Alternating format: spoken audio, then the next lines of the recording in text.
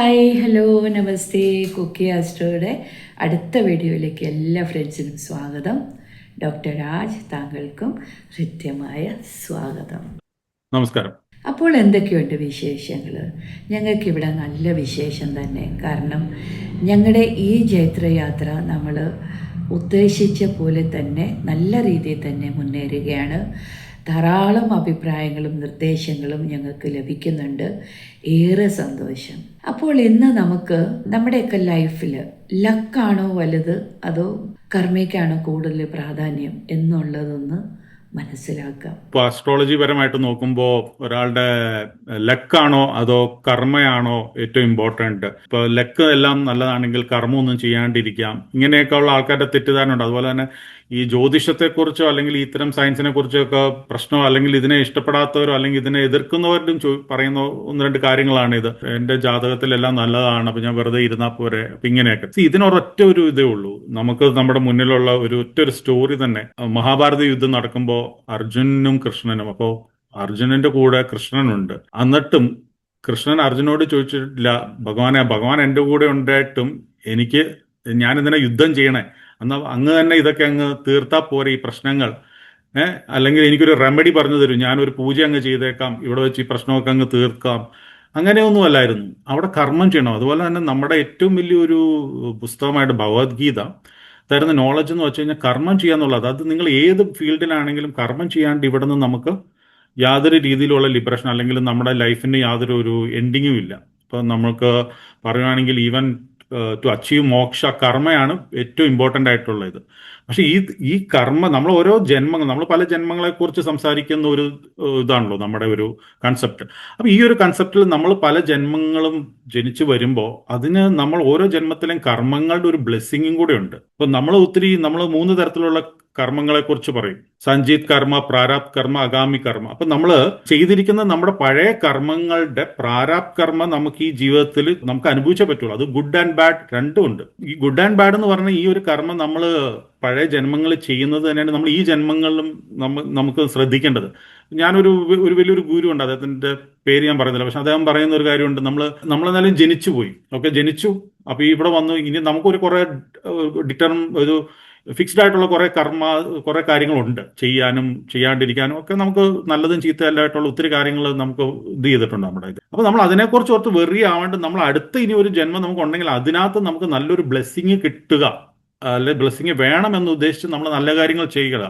ഇതാണ് നമ്മൾ എല്ലാവരും ജീവിതത്തിൽ കൊണ്ടുപോയി നടക്കേണ്ട ഒരു കാര്യം. സോ ഇതിനെക്കുറിച്ച് പറയുമ്പോൾ ഈ കർമ്മവും ലക്കിനെ കുറിച്ച് പറയുമ്പോൾ എനിക്ക് പറയാനുള്ള ഇത് രണ്ടുമാണ്. ഇപ്പം നമ്മളിപ്പോൾ ജ്യോതിഷത്തിലാണെങ്കിൽ ഇപ്പം നമ്മൾ ജനിച്ച ഒരാളുടെ കാര്യമാണ് ഇപ്പം നമ്മുടെ മുന്നിൽ വന്നിരിക്കുന്ന ഒരാളാണെങ്കിൽ അദ്ദേഹത്തിന്റെ ജുപ്പിറ്റർ. അപ്പം ഞാൻ കുറേ കൂടി ഇവിടെ ഇംഗ്ലീഷ് വേർഡ്സ് ആയിരിക്കും യൂസ് ചെയ്യുന്നത്. കാരണം പുതിയ ജനറേഷൻ കുറേം കൂടെ അവർക്ക് അവരുടെ ഈ കാര്യങ്ങൾ അറിയാൻ വേണ്ടി അപ്പോൾ നമുക്ക് കുറേ കൂടി ഇംഗ്ലീഷ് യൂസ് ചെയ്യാം. ഞാനും കുറേ കൂടെ അതിനകത്താണ് എനിക്ക് കുറച്ചുകൂടെ എളുപ്പവും പെട്ടെന്ന് പറയാൻ.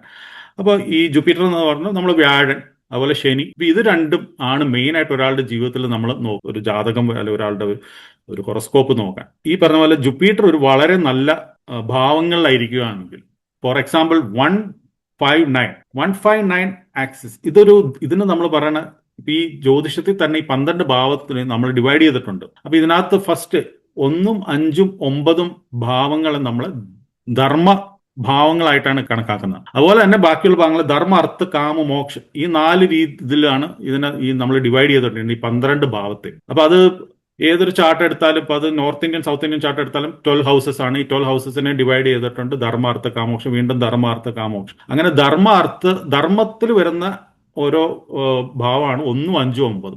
അപ്പൊ ഇവിടെ നമ്മുടെ ഗുരു വന്നിരുന്നു, അല്ലെ വ്യാഴൻ ജുപ്പിറ്റർ വന്നിരുന്നു കഴിഞ്ഞാൽ തന്നെ അദ്ദേഹം കഴിഞ്ഞ ജന്മങ്ങളിൽ ഒത്തിരി നല്ല കർമ്മങ്ങൾ ചെയ്തിട്ടുള്ള വ്യക്തിയാണെന്നാണ് ജ്യോതിഷത്തിൽ കണക്കാക്കുന്നത്. അപ്പൊ അത് നമുക്ക് ഈ ജീവിതത്തിൽ കാണാനും പറ്റും. അങ്ങനെയുള്ള ആൾക്കാരുടെയൊക്കെ ചാർട്ട് എടുത്തു കഴിഞ്ഞാൽ അവർ തീർച്ചയായിട്ടും വളരെയധികം ബ്ലെസ്ഡ് ആയിട്ട് നല്ലൊരു കുടുംബത്തിൽ ജനിച്ചു, ഒത്തിരി നല്ല എഡ്യൂക്കേഷൻ കിട്ടി, അല്ലെ വളരെ ഇന്റലിജന്റ് ആയിട്ടുള്ള ആൾക്കാർ, ഒത്തിരി കാര്യങ്ങൾക്ക് ഭാഗ്യമുള്ളവർ, ജോലിയിലോ അല്ലെങ്കിൽ എല്ലാ കാര്യത്തിലും, അത് സ്പിരിച്വലും ആയിട്ടുള്ള എല്ലാത്തിലും അവർക്ക് വളരെ രീതിയിലുള്ള ബ്ലെസ്ഡ് ആയിട്ടുള്ള ഒരു ലൈഫ് നമുക്ക് കാണാൻ പറ്റും. അപ്പൊ ഇതില്ലാത്തവരെ എങ്ങനെ നമുക്ക് ജീവിതത്തിൽ അവരുടെ ജീവിതം നോക്കേണ്ടതെന്ന് വെച്ചാൽ, ഇപ്പൊ ഇത് സപ്പോസ് ഇവിടെ അല്ല ഇരിക്കെങ്കിൽ നമ്മൾ നോക്കേണ്ട അടുത്തത് ശനിനെയാണ്, സാറ്റേൺ. അപ്പൊ സാറ്റേൺ വളരെ ഇമ്പോർട്ടൻ്റ് ആണ്. ശനിനെ നമുക്ക് നോക്കേണ്ടത് ഈ രീതിയിലാണ്. ശനി കർമ്മത്തിന്റെയും കൂടെ കാരക് എന്ന് പറഞ്ഞത്, കർമ്മകാരകാണ് ശനി. അപ്പൊ ഈ ശനിയുടെ പ്രസൻസ് വളരെ ഇമ്പോർട്ടൻ്റ്. ശനി നല്ല രീതിയിലാണോ, നല്ല ഭാവത്തിലാണോ ഇരിക്കണത്, അത് ശനി നമ്മുടെ 10-ലും 11-ലും ഒക്കെ ഇരിക്കണമെങ്കിൽ വളരെ നല്ലതാണ്. നമ്മുടെ കർമ്മത്തിന്റെ ഭാവമാണ്, അതിന്റെ റിസൾട്ടിന്റെ ഭാവമാണ്. അപ്പൊ ഇവിടെയൊക്കെ ശനി ഇരുന്നാൽ വളരെ നല്ലതാണ്. ഈ പറഞ്ഞ പോലെ നമുക്കിപ്പോൾ ഈ ജുപ്പിറ്ററിന്റെ ബ്ലെസ്സിങ് ഇല്ലെങ്കിൽ നമ്മൾ തീർച്ചയായിട്ടും നമ്മൾ കർമ്മങ്ങൾ ചെയ്തിട്ട് ശനി നല്ലൊരു ഭാവത്തില്ല, അതുപോലെ മെലഫിക് ആസ്പെക്ട് ഒന്നും ഇല്ലാണ്ടിരിക്കുവാണെങ്കിൽ എന്ന് വെച്ചാൽ ഇപ്പോൾ ശനിക്ക് രാഹുവിന്റെ കൂടെയോ കേതുവിന്റെ കൂടെയോ മംഗളിന്റെ കൂടെയൊക്കെ ഇരിക്കുന്നതിന്റെ അങ്ങനത്തെ ചില മെലഫിക് ആസ്പെക്ട് ഉണ്ട്. അപ്പൊ ആ മെലഫിക് ആസ്പെക്റ്റിൽ അല്ലാണ്ട് അതൊരു നല്ല പ്യുവർ ആയിട്ടിരിക്കും. എന്താ പറയുക, ഉച്ചയിൽ നിൽക്കുന്ന ശനിയാണെങ്കിൽ അത് മാത്രം മതി. നമ്മൾ ഈ ജീവിതത്തിൽ കർമ്മം ചെയ്തിട്ട് തന്നെ നമുക്ക് സക്സസ് നമുക്ക് ജീവിതത്തിൽ കൊണ്ടുവരാൻ പറ്റും. ടോട്ടലി നോക്കുമ്പോൾ എന്താണ്, ഇത് രണ്ടും ആവശ്യമാണ്. നല്ല ബ്ലെസ്ഡ് ആയിട്ടുള്ള ഒരു ലൈഫ് സ്റ്റാർട്ടിങ്ങിൽ തുടങ്ങി കിട്ടുക, കൂടെ തന്നെ നമ്മുടെ കർമ്മങ്ങളും അലൈൻമെന്റ് ആയിട്ട് വരിക. സോ ഇത് രണ്ടും കൂടി കിട്ടുമ്പോൾ ഒരാളുടെ ജീവിതം റിയലി വെരി ഗുഡ്. ബട്ട് ഇതൊക്കെ ഉണ്ടെങ്കിൽ തന്നെ എല്ലാവരുടെ ഇതിനകത്തും ഏതെങ്കിലുമൊക്കെ ഗ്രഹങ്ങളും ഏതെങ്കിലുമൊക്കെ നക്ഷത്രങ്ങളും ഒക്കെ മെലഫിക്കായിരിക്കും, അല്ലെങ്കിൽ വളരെ നല്ല ഇതായിരിക്കും. ഈ കോമ്പിനേഷൻ ഇല്ലാത്ത ആരും ഉണ്ടാവത്തില്ല. സോ ഇതെല്ലാം ശരിയായാലും ചിലപ്പോൾ അദ്ദേഹത്തിന്റെ റിലേഷൻഷിപ്പിൽ പ്രോബ്ലം ഉണ്ടാവും. അപ്പോൾ നമ്മൾ വളരെ രീതിയിൽ സക്സസ് ആയാൽ പോലും ചിലപ്പോൾ റിലേഷൻഷിപ്പിൽ പ്രോബ്ലം ഉണ്ടാവും, ചിലപ്പോൾ ഹെൽത്തിൽ പ്രോബ്ലം ഉണ്ടാവും. സോ അങ്ങനെ ഒരു ചാർട്ടേ ഇല്ല ഈ ലോകത്ത്, അങ്ങനെ ഒരു ചാർട്ടേ ഇല്ല. 100% ആയിട്ടുള്ള എല്ലാം ക്ലിയർ ചെയ്യുന്ന ഒരു ചാർട്ടേ ഇല്ല. അപ്പോൾ ഇത് രണ്ടും വളരെ ഇമ്പോർട്ടൻ്റ് ആണ് ഈ പറഞ്ഞ നമുക്ക് ഒരാളുടെ ജീവിതത്തിൽ തീർച്ചയായിട്ടും. Thank you. അപ്പോൾ ഇന്നത്തെ സെഷൻ നിങ്ങൾക്ക് എല്ലാവർക്കും നല്ല ഒരു ഇൻസൈറ്റ് ആയിരുന്നു, അല്ലെങ്കിൽ അവെയർനെസ് ആയിരുന്നു എന്ന് മനസ്സിലാക്കുന്നു, അല്ലെങ്കിൽ കരുതുന്നു. അറ്റ്ലീസ്റ്റ് എനിക്ക് ഇതൊരു നല്ല ഒരു ഇൻസൈറ്റ് തന്നെയാണ്.